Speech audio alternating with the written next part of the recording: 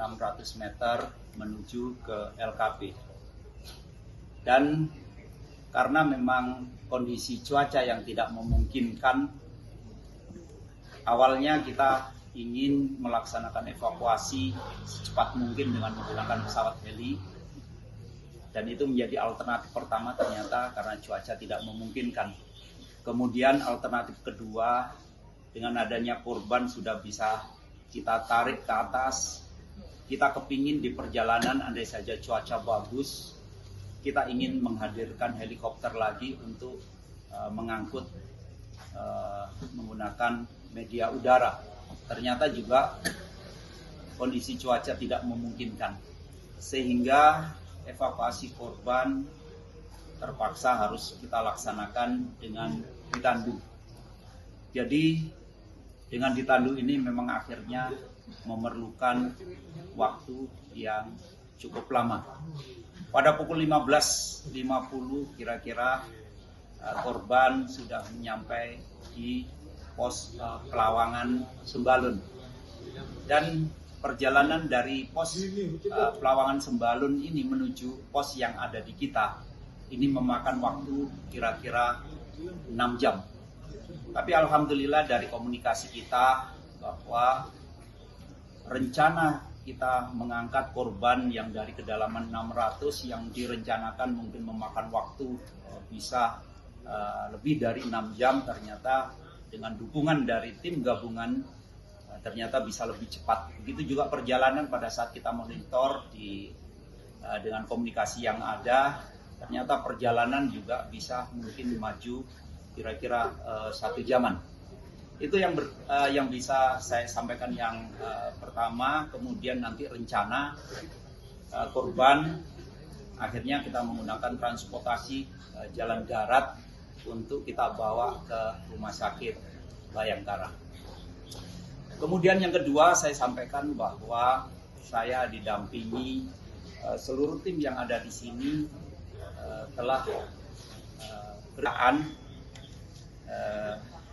kita sampaikan mulai dari kegiatan yang kita laksanakan, kemudian kita presentasikan tahapan-tahapan kegiatan yang kita laksanakan sebagai tanggung jawab moral dari pemerintahan terhadap korban warga negara asing tersebut.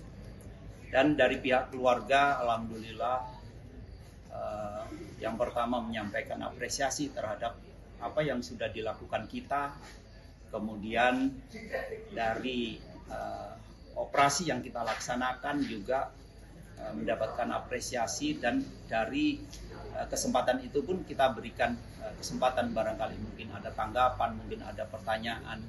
Dan ternyata alhamdulillah dari pihak keluarga bisa sangat menerima dari situasi dan kondisi yang dihadapi, karena memang mungkin tidak selamanya sama dari apa yang diperkirakan oleh mungkin masyarakat yang mungkin tidak tahu persis situasi yang ada di sini. Jadi itu yang bisa saya sampaikan. Nanti mungkin dari teman-teman bisa ikut monitor, mungkin tidak lama lagi ambulan mungkin bisa akan tiba di posko, dan nanti kita sama-sama akan lepas menuju ke rumah sakit. Mungkin itu yang bisa saya sampaikan. Barangkali ada yang mau ditanyakan, saya persilakan. Kegiatan pasti kita awali dengan persiapan, kemudian rapat koordinasi, sampai pada saat nanti begitu selesai operasi pasti kita akan laksanakan evaluasi. Dan itu menjadi bagian yang harus kita laksanakan. Terkait dengan kegiatan yang kita laksanakan, sebenarnya saya sendiri karena tahu persis yang pertama bahwa proses evakuasi pada saat terjadi kedaruratan di ketinggian dan juga di kedalaman, artinya di jurang, effortnya mungkin tidak sama seperti yang ada di permukaan dengan ketinggian yang rata. Jadi kita tahu persis bagaimana sinergitas yang dilaksanakan dari Basarnas dengan seluruh tim potensi, dan menurut saya itu adalah hal yang perlu kita berikan apresiasi. Namun tidak menutup kemungkinan nanti pada saat kita evaluasi mungkin ada hal-hal yang mungkin kita lakukan. Mulai dari contoh mungkin kita dari kejadian ini kita bisa melaksanakan latihan-latihan dan juga mungkin di semua titik-titik mungkin perlu ada penambahan peralatan atau fasilitas yang bisa digunakan untuk mempercepat misalkan suatu proses.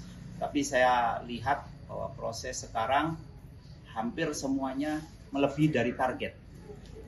Contoh, kemampuan bagaimana korban ditemukan, kemudian bagaimana korban diangkat menggunakan tali dengan sistem lifting itu juga melebihi dari prediksi. Saya ambil contoh kedalaman 600 meter. Teorinya setiap 200 itu kan ada angkor. Dan di situ perjalanan dari titik itu menuju satu titik itu hampir bisa dikatakan lebih dari 2 jam. Tapi yang dilakukan hari ini ternyata tidak sampai dari itu.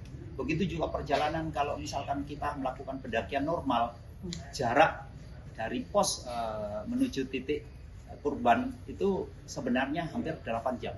Tapi ini bisa kita jangkau dalam kurun waktu 6 jam. Hanya karena faktor cuaca itu bukan ibaratnya di luar dari kewenangan kita. Mungkin itu. Ada cerita humanis Pak di dalam proses pencarian itu. Misalnya ketika ditemukan jenazah WNA dari Brazil ini ada 4 dari tim evakuasi menunggu jenazah di kedalaman 600 meter. Ya. Itu menjadi sorotan dan tanggapan banyak, sorotan positif ya, tanggapan positif dari banyak pihak. Dan bahwa tanggung jawab kita pada saat kita menemukan korban, kita tidak kepingin ada hal-hal yang sekecil apapun yang tidak diharapkan itu terjadi. Yang pertama. Yang kedua, effortnya kalau misalkan harus kembali ke ketinggian itu juga bukan waktu yang pendek. Kemudian yang berikutnya bahwa rescuer yang melaksanakan tugas, mereka sudah memiliki SOP bahwa untuk melaksanakan tugas mereka harus siap untuk hidup. Dalam arti bahkan kalau kita melaksanakan misi luar negeri, setiap orang itu harus mampu hidup selama 14 hari. Tentunya seperti itu.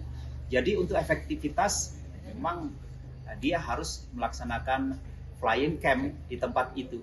Dan itu menjadi tanggung jawab mereka. Mereka dilatih memang untuk itu.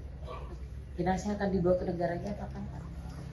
Proses pasti akan kita ikuti.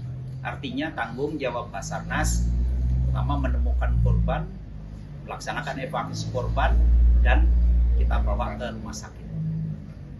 Sarannya mungkin Pak untuk warga negara asing dan pendaki ikuti SOP karena SOP yang ada itu pasti sudah melalui kajian, sudah melalui mungkin komunikasi bahwa untuk melakukan suatu aktivitas itu safety-nya kayak apa. Saya rasa di semua kegiatan memiliki standar safety tersendiri. Satu lagi Pak, mungkin ada rekomendasi dari Basarnas ini kan evaluasi bagi mungkin kawasan atau pengelola dari tempat wisata itu sendiri. Jadi saya rasa di setiap tempat, lokasi, baik itu di laut, mungkin di tempat wisata seperti di pegunungan, pasti memiliki karakteristik tersendiri dan memiliki ancaman yang mungkin berbeda-beda. Sehingga dari lokal itulah yang sebenarnya membuat aturan-aturan atau merevisi aturan-aturan untuk kedepannya bisa lebih baik. Mungkin itu sebagai masalah. Cuaca itu kan bukan sesuatu yang mungkin kita takuti. Bahwa cuaca tidak akan mungkin juga kita atur. Yang ada adalah bagaimana kita menyiapkan diri, menyiapkan kemampuan untuk menghadapi kondisi cuaca. Makanya kita pada proses operasi SAR ini kita memiliki 4 alternatif malah. Yang pertama pada saat pencarian korban kita selain kita menggunakan tim SAR gabungan, kita juga menggunakan fasilitas drone thermal misalkan seperti itu. Begitu juga pada saat proses evakuasi. Kalau kita kepingin cepat, kita alternatif pertama kita ingin mengerahkan pesawat datang dengan cepat, kita ambil dengan hoist cepat dan kita bisa evakuasi menuju rumah sakit terdepan. Ternyata cuaca tidak bagus. Kita menggunakan alternatif kedua tadi juga nggak bagus, alternatif ketiga nggak bagus. Tapi ternyata dari semangatnya tim gabungan ini, dari alternatif 1, 2, 3 tidak tercapai, tapi malah justru semangatnya mereka. Dan itu yang sudah ditunjukkan. Mungkin itu. Download Tribun X sekarang, menghadirkan lokal menjadi Indonesia.